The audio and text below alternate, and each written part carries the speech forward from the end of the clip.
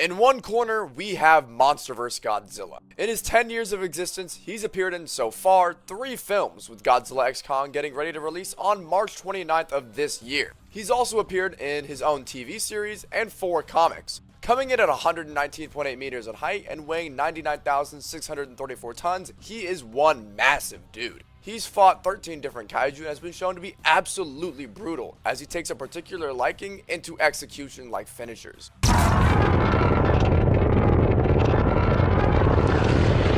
Monsterverse Godzilla loves being up close and personal with his opponents, using his insane strength, fearsome claws, and his powerful jaw to his advantage. In the other corner, we have Final Wars Godzilla. Coming in at a height of 100 meters tall and weighing in at 55,000 metric tons, he has only appeared in a single film, but has fought a plethora of kaiju, ranging from the likes of Zilla to Kaiser Ghidorah. He is repeatedly shown to easily wipe the floor with the kaiju he faces off with, all except for one. Will this show of power help Final Wars prevail in this fight, or will Monsterverse overpower him with this sheer power and bruteness? Well, let's get right into it. Small disclaimer, this is not a power scaling video. I'm not going to be cherry picking and taking outlandish statements just because they're stated and have no backing or proof just whatsoever.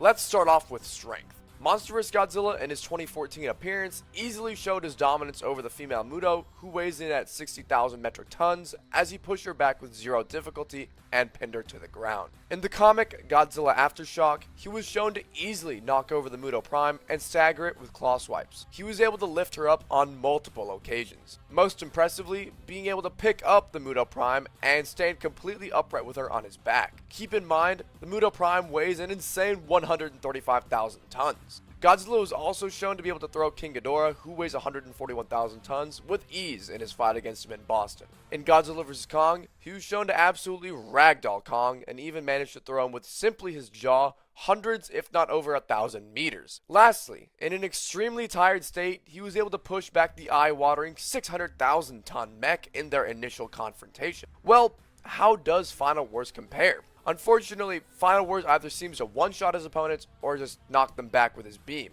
The only showing of strength for him is obviously flinging Kumonga over the horizon, who weighs in at 30,000 metric tons, lifting King Caesar and throwing him a very short distance, and lifting Kaiser Ghidorah. However, we can't use this since he was in his amped state. While throwing Kumonga this large distance was his most impressive one, this was achieved by swinging him multiple times to gain momentum. In this fight, he's going to be fighting a much heavier opponent. Due to Final Wars' very few strength feats, Monsterverse Godzilla takes strength by a solid margin. Next up, let's go over speed. Final Wars Godzilla doesn't currently have an official speed, but the common consensus is that he sprints at around 90 miles per hour. Monsterverse Godzilla is insanely fast. In his initial clash against Ghidorah, he was sprinting at over 200 miles per hour. In his fight against Kong, when he went berserk on him, he was crawling at speeds over 300 miles per hour, giving the ape literally no time to breathe. In his initial clash against Mechagodzilla, he was seen running at speeds similar to his initial charge towards Ghidorah, if not at even higher speeds. With flying colors, Monsterverse Godzilla easily takes speed.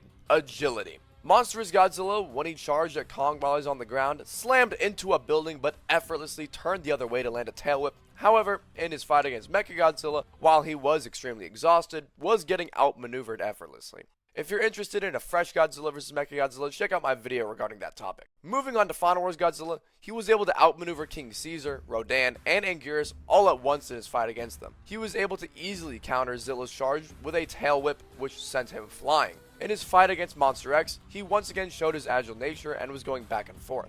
Overall, both kaiju prove that they are very agile, but Final Wars takes the slight edge, as he's shown to be able to fight multiple opponents at once, despite the fact that they may not be the strongest. Physical prowess. Both of these iterations of Godzillas are shown to excel in close quarters combat, but which one does it better? Final Wars Godzilla utilizes his hands and tail. Did I mention he knows how to box and perform the martial art of judo? In his fight against Kumonga, he is easily able to grab onto Kumonga's web and use this to his advantage to throw him over the mountain. In his fight against King Caesar, Anguirus, and Rodan, he is easily able to redirect Anguirus into Rodan with a tail whip. When King Caesar charges at him, he's easily able to, once again, redirect him into the side of a mountain to join Anguirus and Rodan on the floor. In his fight against Monster X, he is seemingly getting overwhelmed but is able to drive back Monster X Monsterverse Godzilla, when fighting the female Muto, grabs onto her effortlessly while utilizing his jaw as well as in driving her back. When fighting against the male Muto, he utilizes his strong tail to end up killing the male Muto with one single swing. In his fight against the Iron Dragon, he throws him off into the side of a mountain.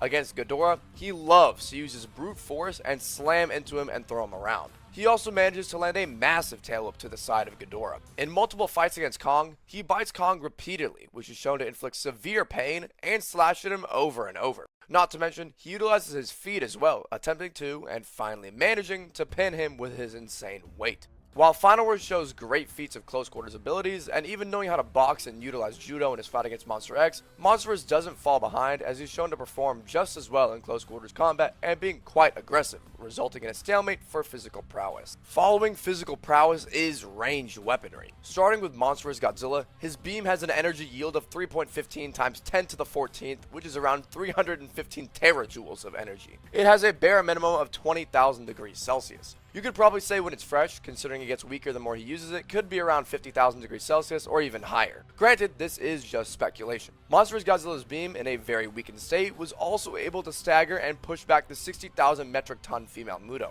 When firing at the Muto Prime, it completely knocked her over and blew her back a considerable distance. In Godzilla vs. Kong, he was able to drill through half of the entire Earth. His beam seems to get wider the further it travels, just something interesting I'd like to point out. Lastly, in his heavily weakened state against Mechagodzilla, it was at its absolute minimum and was able to briefly stalemate Mechagodzilla's proton scream until more energy had to be applied to overpower it. To add on to his ranged weaponry, with the new trailer of Godzilla x Kong, he's shown to be able to use his nuclear pulse without being thermonuclear, but we barely know anything about it, so we won't include it. Final Wars Godzilla, while he doesn't have any energy yield or specific temperature, was shown to completely blow off Gigan's head. He one-shotted Zilla when he threw him into the Sydney Opera House. His beam threw Ebra and Hedorah hundreds of meters into the air before sending them flying again. One thing to point out is that this beam didn't actually blow off any of their limbs, rather just set the buildings on fire around them, which ended up finishing off Ebra and Hedorah. In his fight against Monster X, it managed to, again, push him back, but never do any visible damage. His most impressive showing is beaming the asteroid Gorath.